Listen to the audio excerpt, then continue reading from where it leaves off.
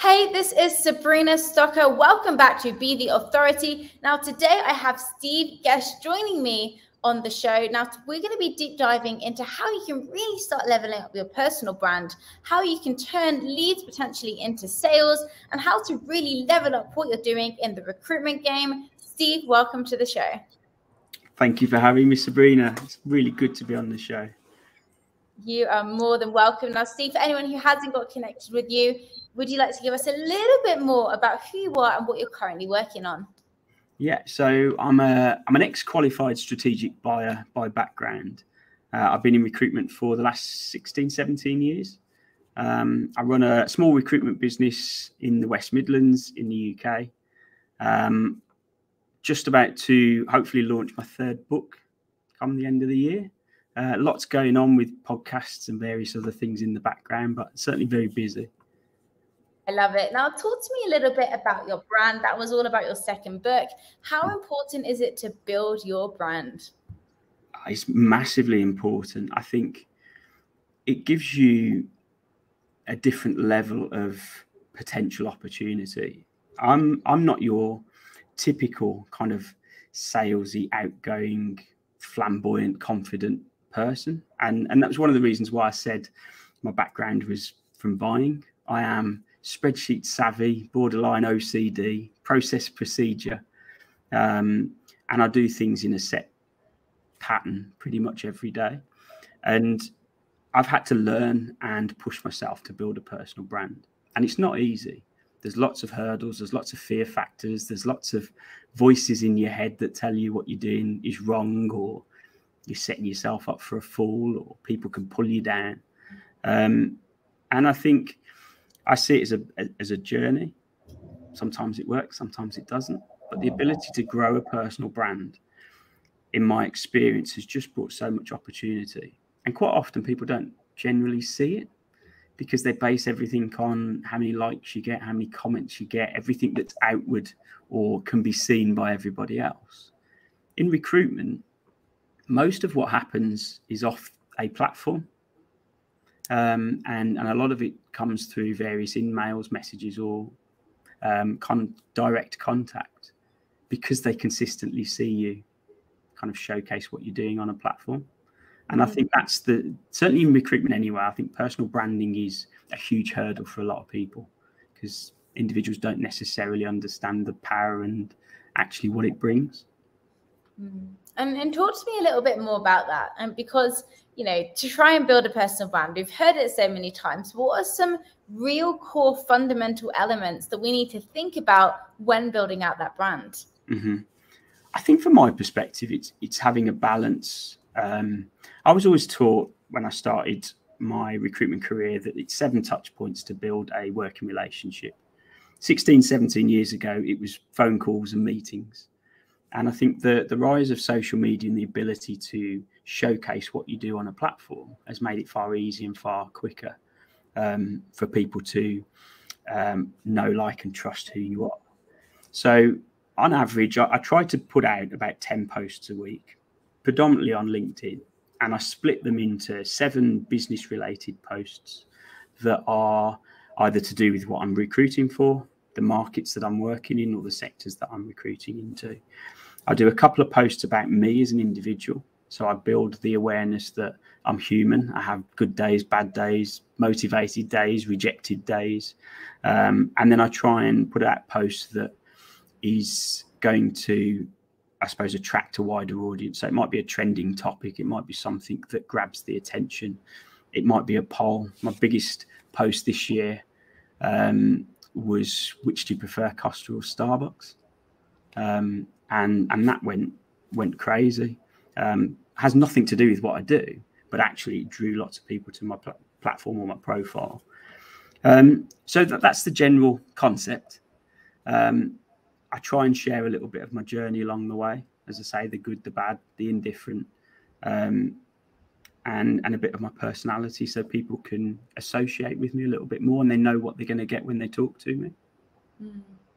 Yeah. It's quite funny. A few years ago, I was doing a lot of videos, I was doing a lot of social media posts, and I would go to networking meetings as part of the day job, and you'd have people coming up to you and talking to you.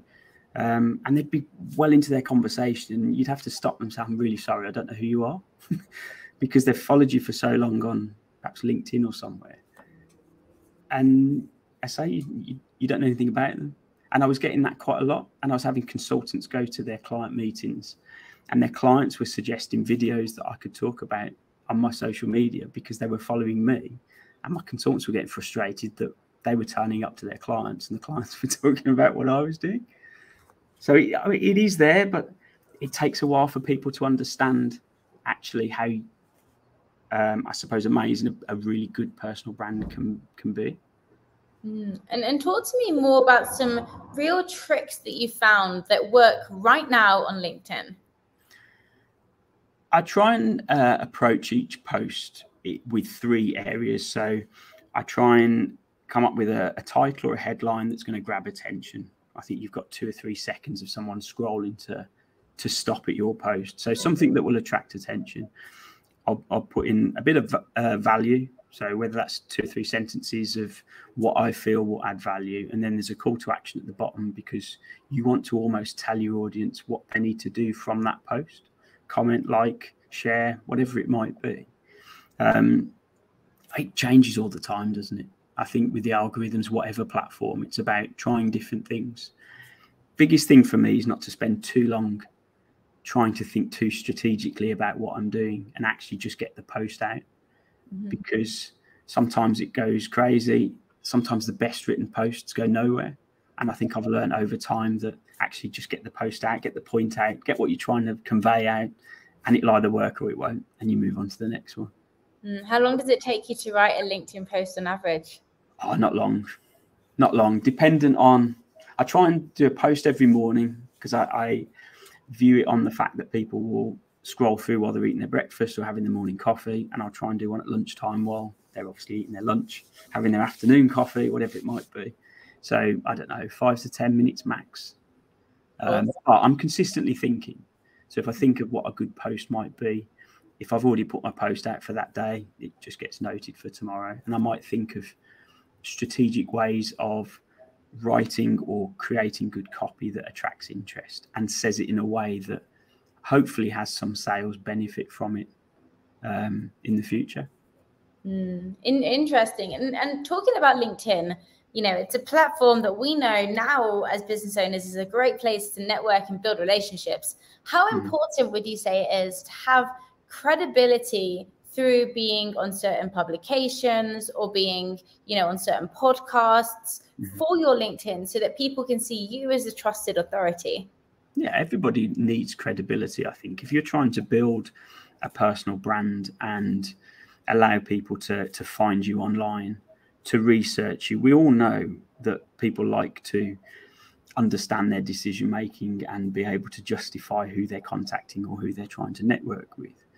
And I think the ability to find written articles, books, interviews, discussions, or podcasts is vitally important. I think I've been on a mission probably the last 2 or 3 years to make sure that I say yes to most of them, albeit at the very start it was a really scary thing to do.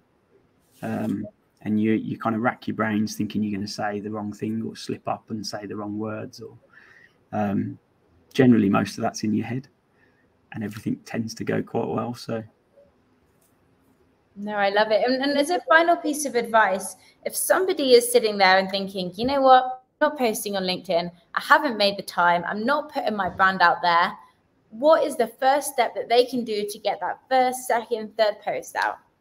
Oh, you've just got to do it. I say some of the best posts have been an instant kind of immediate thought. So it might be LinkedIn's playing up today. I've put posts out that said, what is wrong with LinkedIn today? And it's gone crazy. When one of my consultants here started, I was really on top of them to say, come on, you need to be making sure you post twice a day. And they'd say, I don't know what to write. I don't know what content to put out. And generally the first question I would say, well, how are you feeling today? What's gone right? What's gone wrong? What do you think will add value? What questions do you get asked by your clients or candidates? What can you create from that adds value to your audience? That would be where I start. What value can you offer in terms of a post? And it could be 1 or 2 sentences. No, I love that. Steve, it's been an absolute pleasure. Now, I'm sure everyone's going to be like, I need to find out more and I need to follow you on LinkedIn. Where is the best place for the audience and viewers to connect with you and even potentially learn about your new book coming out as well?